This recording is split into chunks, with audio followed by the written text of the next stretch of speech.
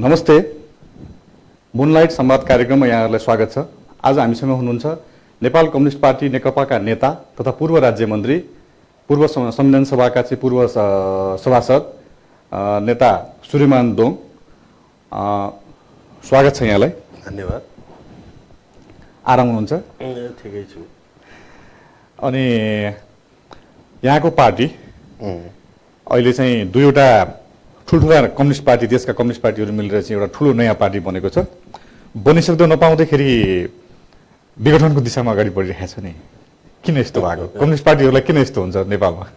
पहिलो कुरा चाहिँ के बुझ्नु पर्यो भने कम्युनिस्टहरू एउटा दार्शनिक हिसाबले द्वन्द्ववादी पार्टी, द्वन्द्ववादी दर्शनलाई आत्मसात गर्ने पार्टी हो।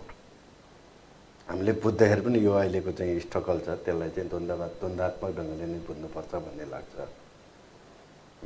त्यसैले हामी अहिलेको एकता, अहिलेको जुन खालको सङ्घर्ष चलिरहेछ, स्ट्रगल भइरहेछ, यो चाहिँ एकतालाई अझ मजबुत र बलियो बनाउनको निम्ति त्यो हामीमा भएका जुन खालका चाहिँ केही त्यस्ता अप्ठ्यारोहरू छ त्यसलाई चाहिँ सफा गर्ने अर्थात् अपरेसन गर्ने त्यो प्रक्रियामा जाँदाखेरि अलिकति त्यो खालको चाहिँ अलिक स्ट्रगल अलिक बढी भयो कि भन्ने जस्तो तपाईँहरूलाई पनि लाग्ने, तल मासमा पनि लाग्ने, अरू केही मान्छेहरूलाई यो यस्तो हुने स्वाभाविक हो। तर यो चाहिँ के हो भने एकता सङ्घर्ष रूपान्तरणको जो कुरा छ हामी त्यो अभियानमा छौँ। त्यस कारणले यसलाई धेरै ठुलो त्यो खालको चाहिँ अनौठो मान्नुपर्ने जस्तो मलाई लाग्दैन। तर यहाँका चाहिँ शीर्ष नेताहरू, अध्यक्ष, दुईजना अध्यक्ष हुनुहुन्छ, उहाँहरू पनि र वरिष्ठ नेताहरूले पनि अब पार्टी फुट्ने अवस्थामा छ, तयारी अवस्थामा रहनु भनेर आफ्ना कार्यकर्ताहरूलाई तल चाहिँ निर्देशन पनि गरेको अवस्था छ नि। होइन, सबै जहिले पनि तपाईँको चाहिँ छलफल बहस इत्यादि हुने कुरामा हाम्रा आफ्ना जो खालका चाहिँ बहसहरू गर्दै अगाडि बढ्ने बेलामा त्यस्तो स्थिति पनि आउन सक्छ भन्ने कुरा त स्वाभाविक होइन र सचेत गराउने, एकताको निम्ति त्यो खालका चाहिँ एकताको निम्ति सङ्घर्ष गर्दै जाँदा, एकताको निम्ति बहस गर्दै जाँदा विचार र विधिको बिचमा बहस गर्दाखेरि फुट अनिवार्य हो र?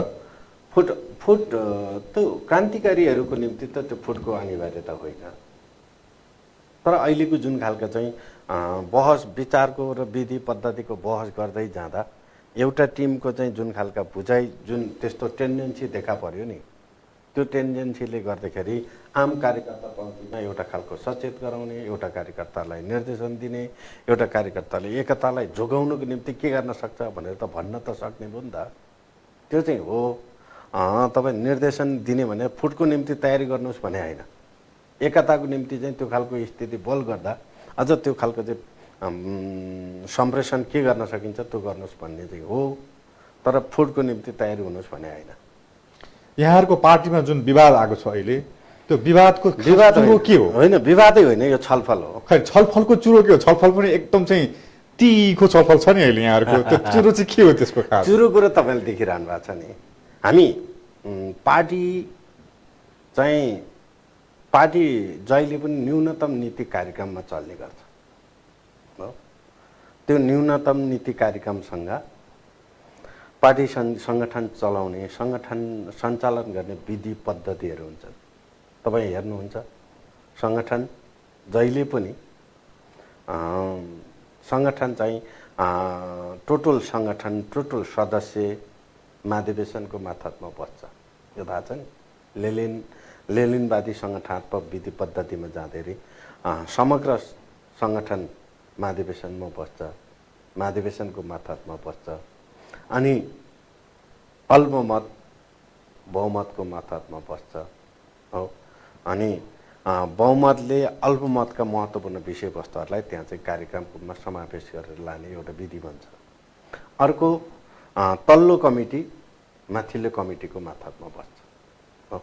यो विधि पद्धति सँगै सङ्गठन, समग्र सङ्गठन चाहिँ केबाट सञ्चालित हुन्छ त भन्दा विधान छ। सङ्गठनले आफ्नो जो नीति कार्यक्रम अन्तर्गतका चाहिँ विधान विधि पद्धतिहरू बनाएको छ, त्यो भित्र मान्छेहरू अड्न सक्दैनौँ। मान्छे स्वेच्छाचारी हुन्छ, मान्छे मनोगत हुन्छौँ एउटा। यस कारणले यो प्रक्रियामा हामी जान सकेनौँ, हामी यहाँ पुग्न सकेनौँ भन्ने बहस हो। एउटा कुरा यो हो पार्टी सञ्चालनको सन्दर्भमा। अर्को चाहिँ दोस्रो कुरो चाहिँ के भने तपाईँ यो पार्टीको सदस्य हो, नेकपाको सदस्य। एकछिनलाई हामी दुईजनै पार्टीको मान्छे होस् न, एकचोटि मानौँ न, म पार्टीको नेकपाको मान्छे, नेकपाको कार्यकर्ता, नेकपाको नेता, तपाईँ नेकपाको कार्यकर्ता। नेकपाको पार्टी अहिले एउटा विचारका हिसाबले नेकपाले के बोकेको छ, तपाईँ सञ्चालन गर्ने नीति कार्यक्रम के छ, विचारमा हेर्दा यहाँ हेर्ने हो। पार्टीको अहिलेको न्यूनतम 21औं शताब्दीको जनवाद र बौद्धले जनताको बौद्धले जनवादको बीचको जुन खालका त्यो इतिहासलाई एउटा कम्प्रोमाइज गरेर त्यसलाई समायोजन गरेर त्यसको चाहिँ महत्त्वपूर्ण विषयवस्तुहरू, कार्यान्वयनका बाँकी महत्त्वपूर्ण विषयवस्तुहरूलाई केन्द्रीकरण गर्ने, महाधिवेशनमा गएर त्यसलाई समायोजन गर्ने, त्यसलाई एउटा खालको चाहिँ डकुमेन्ट बन्ने अनि त्यहाँसम्म जानको निम्ति पार्टीको अहिले तत्कालीन नीति कार्यक्रम के भन्दाखेरि चाहिँ जनताको जनवाद हो। पार्टी कार्यकर्ताले यो कुरा चाहिँ मान्नुपर्छ, नेताले मान्नुपर्छ कि पर्दैन? नेताले मान्नुपर्छ। तर नेताले त मानेको देख्दैन। त्यस कारणले एउटा विषयवस्तु यहाँ हो, यहाँनिर मिलेनौँ, यो मिलेन भने हो। मेरो कुरा अरू कुरो केही छैन, यो मिलेन, यो विषयमा बढी केन्द्रीकरण हुनुपर्छ। न्यूनतम मार्क्सवाद लेनवाद आफ्नो जो खालका मार्गनिर्देशक सिद्धान्त त्यसलाई मान्ने हो भने यो कुरा मान्नुपर्छ। यो भित्र बसेर एउटा खालको पार्टीलाई एउटा केन्द्रीकरण गर्नुपर्छ, एकता गर्नुपर्छ, एकताबद्ध भएर लानुपर्छ भन्ने पार्टीको अहिलेको मूल मार्गनिर्देशक सिद्धान्त भनेको यो हो। त्यस कारणले त्यो एउटा यहाँनिर मिलेनौँ, एउटाले चाहिँ त्यो यो नीति कार्यक्रमलाई मान्दै जानुपर्ने, अर्कोले चाहिँ तपाईँ अर्कै कुरा बोकेर हिँड्ने भने एमालेतिरको त्यो बेलाको एमालेतिरको साथीहरूले त्यो कुराकानी गर्यो भने, त्यो बेलाको माओवादीतिरको साथीहरूले अर्को कुराकानी गर्यो भने यसले एकता गर्दैन। त्यो दुइटै धाराहरू बोकेर हिँड्यो भने त्यसले राम्रो गर्दैन।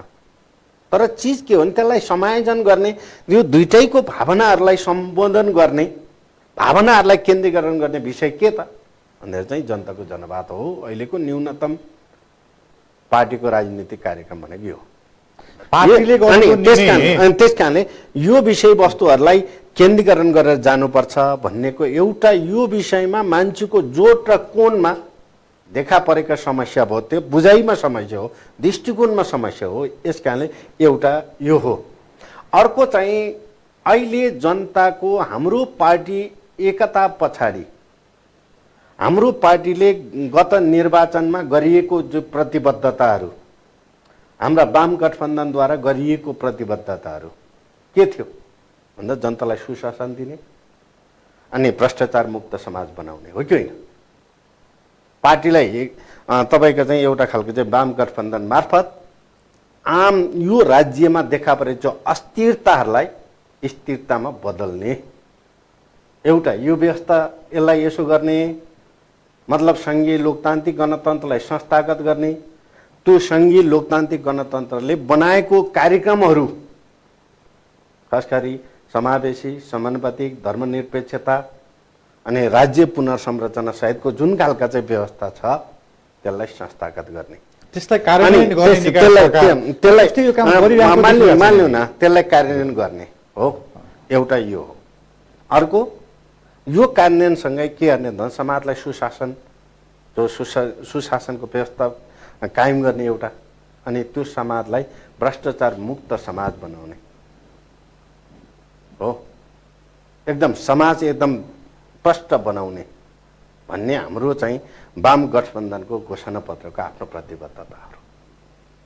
यो कुराहरू तपाईँ हेर्नुहोस्, तपाईँ एकचोटि जनता भएर फर्किनुहोस् अनि त्यसको त्यो प्रतिबद्धता सहितको अनि जनताको जनवाद नीति कार्यक्रम अनि त्यो नीति कार्यक्रम अन्तर्गतको तपाईँको चाहिँ अहिलेको चाहिँ वाम गठबन्धनले गरिएको जुन खालको घोषणापत्र त्यो घोषणा पत्र अन्तर्गत त्यसले त्यस मार्फत बनेको सरकार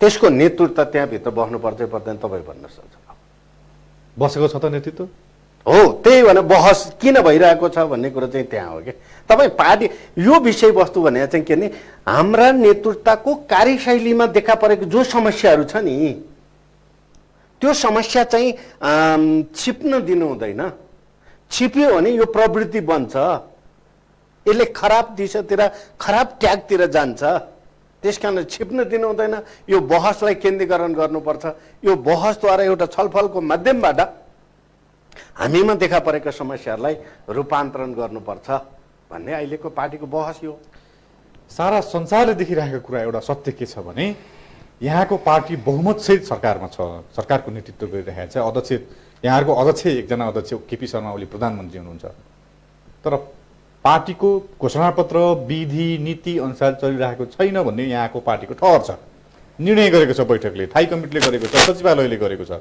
केन्द्रीय समितिले गरेको छ सरकार पार्टीको चाहिँ विधि अनुसार चलेन जनताको आवश्यकता अनुसार चलेन भ्रष्टाचारमा चुर्लुम्म डुब्यो भ्रष्टाचारीहरूलाई संरक्षण गर्यो भनेर पार्टीले सरकारलाई चाहिँ सचेत गराउँदाखेरि निर्देशन दिँदाखेरि यहाँको पार्टीको सरकार म पार्टीको निर्णय मान्दिन भनेर भन्नुभएको छ यस्तो अवस्थामा अरूले भन्दा यो विषयवस्तु यहाँको पार्टी निरीह भएको अवस्था छ नि होइन होइन यो निरीह होइन निरीह भए त यो कुरै उठ्दैन थियो नि त हो तपाईँ बरु तपाईँ चाहिँ के हो भने निरीह पार्टी निरीह होइन तपाईँ चाहिँ निरीह हो तपाईँ पार्टीको अरूले उठाउँदा यो कुरा आलोचना हुन्थ्यो विरुद्धमा हुन्थ्यो हो पार्टीले समयमा तपाईँ बिग्रिँदैछ है भनेर त भन्यो नि तपाईँ यो पार्टीको नीति निर्देशनलाई नमान्ने तपाईँमा चाहिँ देखा पर्यो घमण्ड तपाईँमा देखा पर्यो यो देपतो प्रवृत्ति तपाईँमा स्वच्छन्दवादी जुन खालका चाहिँ स्वच्छाचारी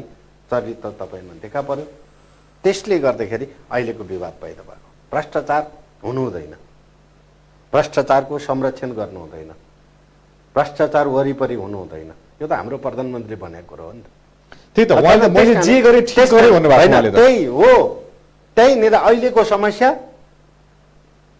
जे गर्यो ठिक गर्यो भन्ने जुन खालको बुझाइराखेको छ नि यही नै अहिलेको मुख्य समस्याको चुरो मुख्य यो हो चुरो कुरो यही हो तपाईँ कहिले कहिले तपाईँ चाहिँ सधैँभरि तपाईँले जे गर्यो त्यही चाहिँ तपाईँको जे गर्यो ठिक गर्यो भन्ने हुन्छ हुन्छ एकचोटि सोचौँ नि त कहाँ भयो तपाईँ अहिले यतिखेर हेऱ्यो भने कोरोना कुराकानी भने मैले हिजो सामान्य अध्ययन गर्दा 18 अर्ब चाहिँ कोरोनाको चाहिँ पोस्टमा जम्मा गरे भनेको छ आज जनता कहाँ हिजो मात्रै हाम्रो स्वास्थ्य मन्त्रीले के भनेको छ भने अब पिसिआर चाहिँ आफै गरौँ नसक्ने भयो भने त्यो 18 अर्ब कहाँ पुग्यो सोच्नु पर्दैन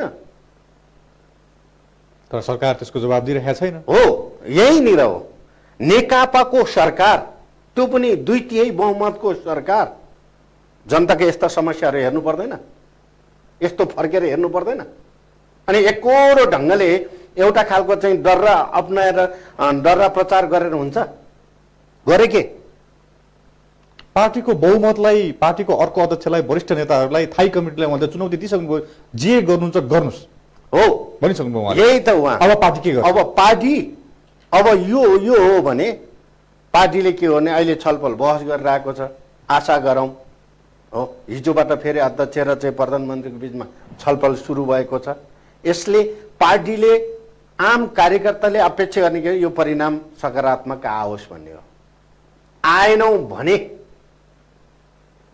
भने चाहिँ पार्टीले सोध्नुपर्छ पार्टीको सदस्य हो नि त प्रधानमन्त्री पार्टीको सदस्य हो म पनि पार्टी सदस्य हो प्रचण्ड पनि त्यहाँबाट फर्केर आउँदा पार्टी सदस्य हो होइन र माधव नेपाल पार्टी सदस्य हो झलनाथ कन्नल पार्टी सदस्य हो तपाईँ यो मिडियाबाट फर्केर जाने बित्तिकै तपाईँ पार्टी सदस्य हुन्छ फर्किनु नि तपाईँ आउनु न राजनीतिमा बहस गरौँ न के हुन्छ पार्टी सदस्य हो जनताको जनवाद नीति कार्यक्रमलाई आत्मसात नगर्ने त्यसलाई केन्द्रीकरण नहुने त्यहाँ केन्द्रीकृत नहुने त पार्टी सदस्य हुँदैन नि त त्यो विषयवस्तु त्यो जुन खालको चाहिँ नीति कार्यक्रम अन्तर्गत रहने त्यो कार्यक्रमलाई स्वीकार्ने पार्टीको सदस्य हुन्छ पार्टीको सदस्य भएको कारणले त्यो कोणबाट सोध्नुपर्छ। यहाँकै पार्टीको यही अहिले बनेकै सरकारको एकजना मन्त्री कानुन मन्त्री हुनुहुन्थ्यो, उहाँले सामान्य एउटा अभिव्यक्ति दिँदाखेरि चाहिँ नैतिकताको आधारमा उहाँलाई राजीनामा दिन बाध्य बनाइयो, उहाँले राजीनामा दिनुभयो होइन। त्यो विषयमा त अब तर अहिले यस्ता भयङ्कर गल्ती र त्रुटिहरू गरिरहेका छन्, भ्रष्टाचारमा चुर्लुम्म डुबेका छन्, जथाभावी बोलेका छन्, जे मन लाग्यो त्यो गरेका छन्। तर अहिले यहाँ नैतिकताको प्रश्न त गौण भयो नि फेरि। यो त अहिलेको जो बहस, हाम्रो बहस यहीँ केन्द्रीकृत हो। यो किन भएन, किन उठेन, यो विषयवस्तुहरू के हो, आम जनतामा उठिरहेछ। हामीले यसलाई के गरिरहेका छौँ भने हामीले अहिले लास्टमा जुन खालको चाहिँ जो प्रक्रियामा हाम्रो बहस चलिरहेछ, यो पनि हामीले के हो भने न्यूनतम यो सरकारको नेतृत्व नेकपाको सदस्य हो। त्यस कारणले यसलाई चाहिँ हामीले दिएका छलफल, हाम्रा सुझावहरू भने रचनात्मक सल्लाह र सुझाव, त्यसको बचावको निम्ति, त्यसको रक्षाको निम्ति गरेको छलफल मात्रै हो। यसलाई के हेर्ने भने विरुद्धमा हेर्ने भयो।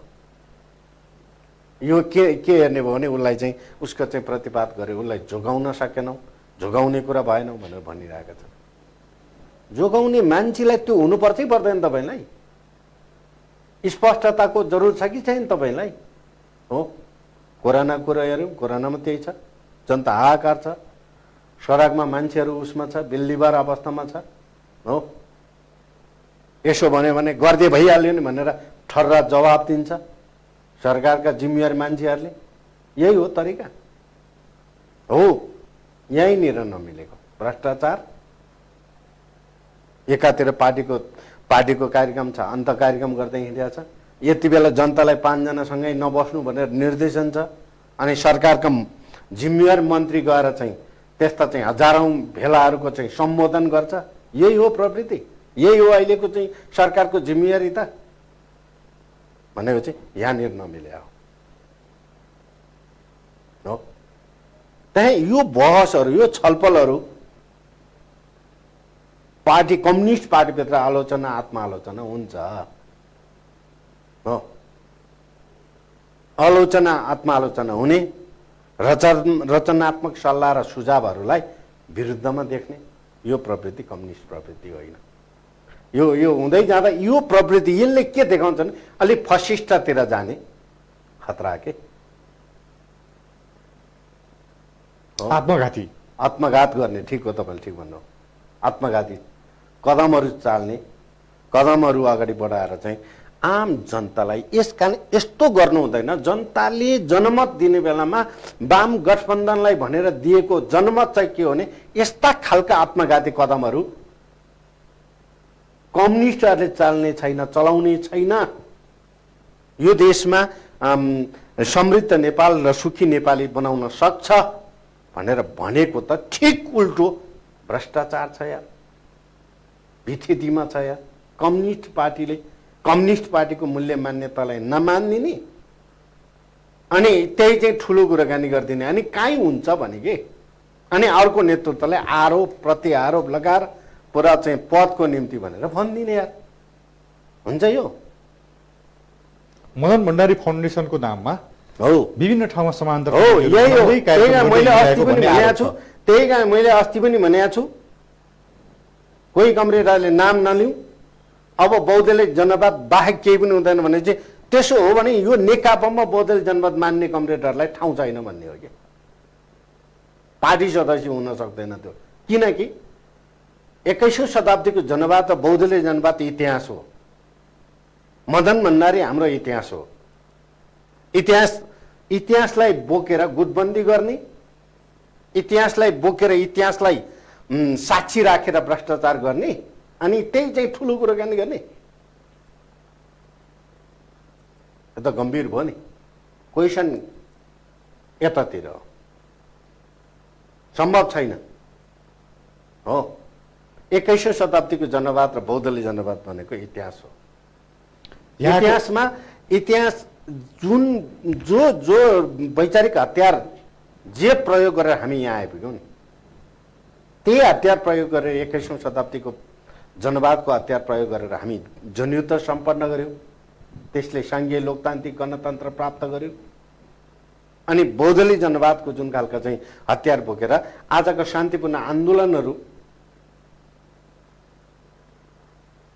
केन्द्रीकरण गरेर आज यहाँ आइपुग्यो।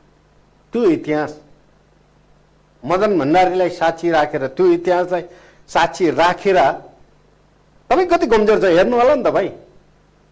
मदन भण्डारीको चाहिँ हत्याको चाहिँ ठाउँ पत्ता, हत्या पत्ता कहाँ हो भन्ने थाहा छैन। राम मन्दिरको चाहिँ राम मन्दिर चाहिँ खोज्दै हिँडिरहेका छन्। सुगुम्बासीहरूले घर पाएको छैन। अनि तपाईँको भएको चाहिँ तपाईँ चेबाङहरू बस्तीहरू जलाइदिएका छन्। त्यसलाई घर खोज्नु छैन, मन्दिर राम मन्दिर खोज्नु छ अहिलेको सरकार भनेपछि कति तपाईँका चाहिँ जुन खाल कति चाहिँ त पुरातनवादी रहेछ यो सोच्नु नि तपाईँहरू साथीहरूले। तपाईँहरू युवाहरूले त सोच्नु पर्यो नि नयाँ कुरा के हो आजको हो। खोइ सोचेको तपाईँ पत्रकार मात्रै हो कि तपाईँ युवा पनि हो, यो समाजको नागरिक पनि हो तपाईँ। तपाईँ पनि परिवर्तनको एउटा खाका त हो, एउटा साइज त हो।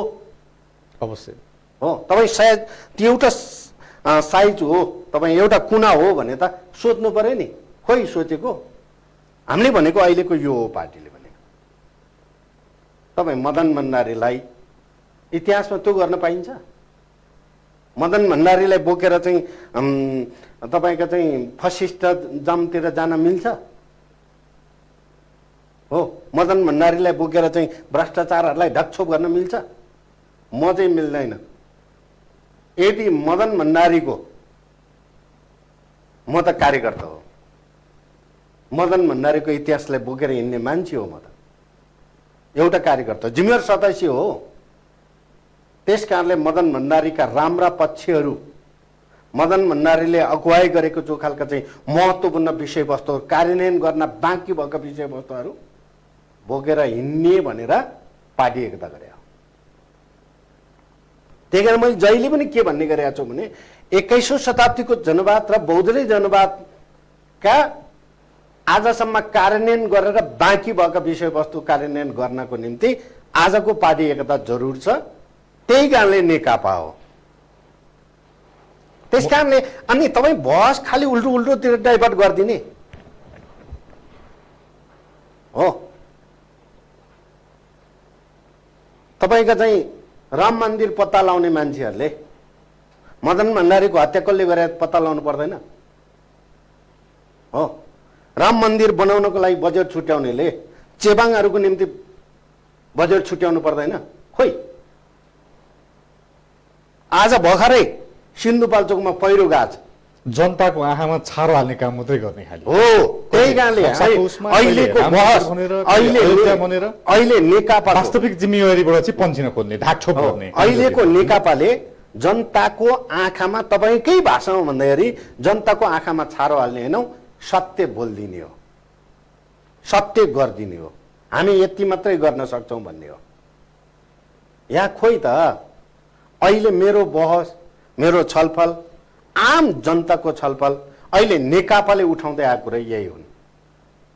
यो कुराहरू चाहिँ जनतालाई चाहिँ प्रश्न भन्नुपर्छ भन्ने हो। ढाँटेर हुन्छ? नेकपाबाट नेकपाको सरकार, त्यो पनि 2/3 सरकार, सरकारले गर्ने काम यो होइन र? खोइ त। अनि एउटा नेतृत्वलाई एउटालाई लगाएर चाहिँ उम्किने। यहाँको जिल्लाका एकजना चाहिँ केन्द्रीय नेता हुनुहुन्छ, पूर्व सञ्चार मन्त्री, उहाँलाई चाहिँ 70 करोड डिलिङ गरेको चाहिँ आरोप पनि छ। तर पार्टी विभाजन र यो मदन भण्डारी फाउन्डेसन जब यस्ता कुराहरूलाई प्रश्रय दिने काम र एक पक्षलाई चाहिँ गाली गलौज गरेर चाहिँ पार्टीभित्र कन्फ्रन्टेसन लिएर आउने खालको काम चाहिँ उहाँहरूले नै गरेको देखिन्छ नि। र यहाँको अध्यक्ष, एकजना अध्यक्ष जो प्रधानमन्त्री पनि हुनुहुन्छ, उहाँहरूलाई संरक्षण गरेर अगाडि बढिरहनु भएको छ। यहाँ पार्टी फेरि तपाईँहरू चाहिँ पार्टी एकता भनेर फेरि पार्टी एकता जोगाउने पक्षमा चाहिँ अगाडि बढिरहनु भएको छ। यो पार्टी एकता जोगाउने र एकता बिगार्नेको बिचको यो मिलन कहाँनिर आएर? मेरो कुरो चाहिँ यस्तो हो, तपाईँ त्यो भित्र नराम्रो मात्रै छैन नि त, राम्रो पनि छ नि त। भन्ने बित्तिकै राजीनामा पनि दिएको छ नि त, यो पनि हेर्नु पर्यो। हो अब अर्को कुरो चाहिँ के भन्नु पर्यो भने यो कहाँ के भयो व्यक्ति विशेषको कुरो होइन, प्रवृत्तिको कुरो हो। कोहीको त्यस्तो चिज हुन्छ जे चिजहरूलाई ढाकछोप गर्नको लागि जे चिज बोकेर हिँड्न सक्छ त्यो पनि हुनसक्छ। तर उहाँ मेरो कुरा गर्ने हो भने मेरो कुरा हो भने बहुदलीय जनवाद भनेर बाहिर कुनै ठाउँमा बहस गर्न त सक्छौँ, पार्टीको आधिकारिक नेताले चाहिँ त्यो गर्न मिल्दैन। त्यस कारणले त्यो चाहिँ उहाँको आफ्नो गैर जिम्मेवारी हो। उहाँको यो विषयमा उहाँको चाहिँ पार्टीको नीति कार्यक्रम बुझ्ने क्षमतामा समस्या हो। उहाँहरूले त पार्टीको विधानलाई पनि त मानिरहनु भएको छैन। त्यही त उहाँहरूले त्यो अध्ययन गर्नु भएको छैन नि त। के अध्ययन गर्नु भएको छैन कि बढी गर्नु भएको छ, त्यही त हो समस्या। अब के हुन्छ यहाँको चाहिँ अब दुईटा अध्यक्षहरूको बिचमा चाहिँ जुन संवादहीनताको अवस्था चाहिँ लामो समय अब यो संवाद पहिलो त्यो टुटेको छ। अब संवाद सुरु भएको छ के अब समस्याको अब यो संवादले चाहिँ के हो भने पहिलो कुरो चाहिँ संवाद सकारात्मक निकास दिनको निम्ति सफलता मिलोस् शुभकामना हो। हामी त्यसैमा प्रयत्नरत छौँ। के भएको छ अहिले सम्झौताहरू के त्यस्तो केही भएको छैन। तर अर्को कुरा के हो भने अब एउटा अध्यक्ष संवादको निम्ति एकताको निम्ति पहल गरिरहने अनि प्रधानमन्त्री पहल त्यो एकता र संवादको विरुद्धमा लागिरहने, त्यो भयो भने उहाँहरूको संवादले एउटा नयाँ निष्कर्षमा पुर्याउन सकिँदैन। हामी के चाहन्छौँ भने संवाद एकताको निम्ति होस्, संवाद परिवर्तनको निम्ति होस्।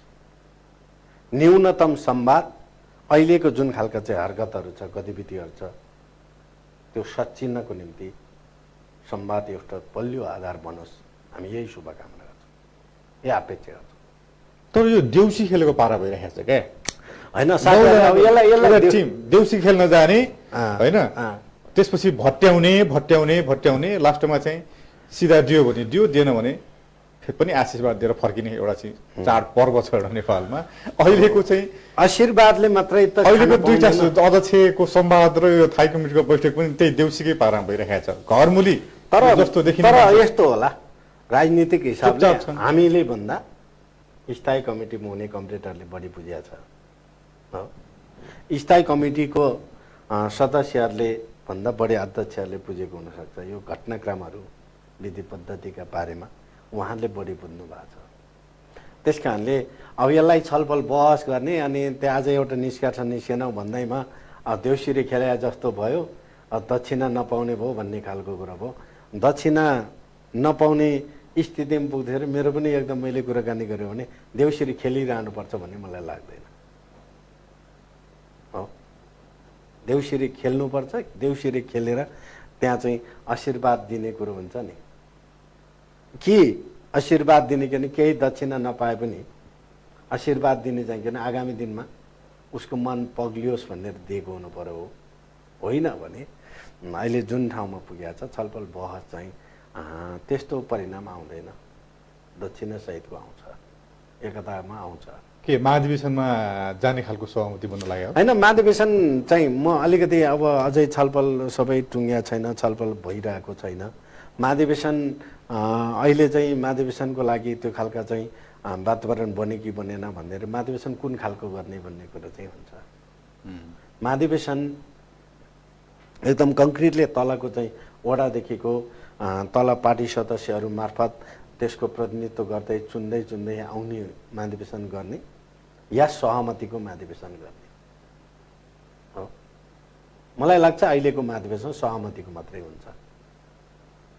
तपाईँले चाहेको जस्तो महाधिवेशन हुँदैन, तपाईँले चाहेको जस्तो राष्ट्रिय सम्मेलन हुँदैन। अब आउने महाधिवेशन कस्तो हुन्छ भन्दा सहमतिको हुन्छ। सहमतिको मात्रै महाधिवेशन त चैतमा हुन्छ। त्यस कारणले एउटा कुरा यो हो, यसरी बुझ्नु पर्यो। अनि अब तपाईँ नेतृत्वको कुराकानी गर्दा चाहिँ एउटा नेतृत्व चाहिँ एकताको पक्षमा वकालत गरिरहने, अर्को नेतृत्व वकालतको विरुद्धमा लागिरहने भयो भने त्यो विषयमा चाहिँ त्यहाँको जुन खालका बुझाइहरूको सन्दर्भमा लिडरसिपलाई जुन ढङ्गले कुराकानी लगाइरहेको छ, एउटालाई चार्ज छ, आरोप लगाइरहेका छन् पदको निम्ति भनेर जुन खालका चाहिँ बहस उठाइरहेका छन्, यो गलत हो। यो यहाँहरूको चाहिँ दुईटा पार्टी जुन एकता प्रक्रियामा अगाडि बढेको थियो, यो एकता सकिया छैन नि। यो विषय त उजेलमा पर्यो नि। हो, मैले भने एकता एकता हुनुभन्दा अगाडि जुन खालको बहस उठेको छ यो नै दुर्भाग्य छ। अर्को कुरा त्यो एकता टुङ्गेको छैन, दोस्रो अर्को दुर्भाग्य भने महाधिवेशन कुराकानी गरिरहेको छ। यो चाहिँ अचम्म कुरा यो हो।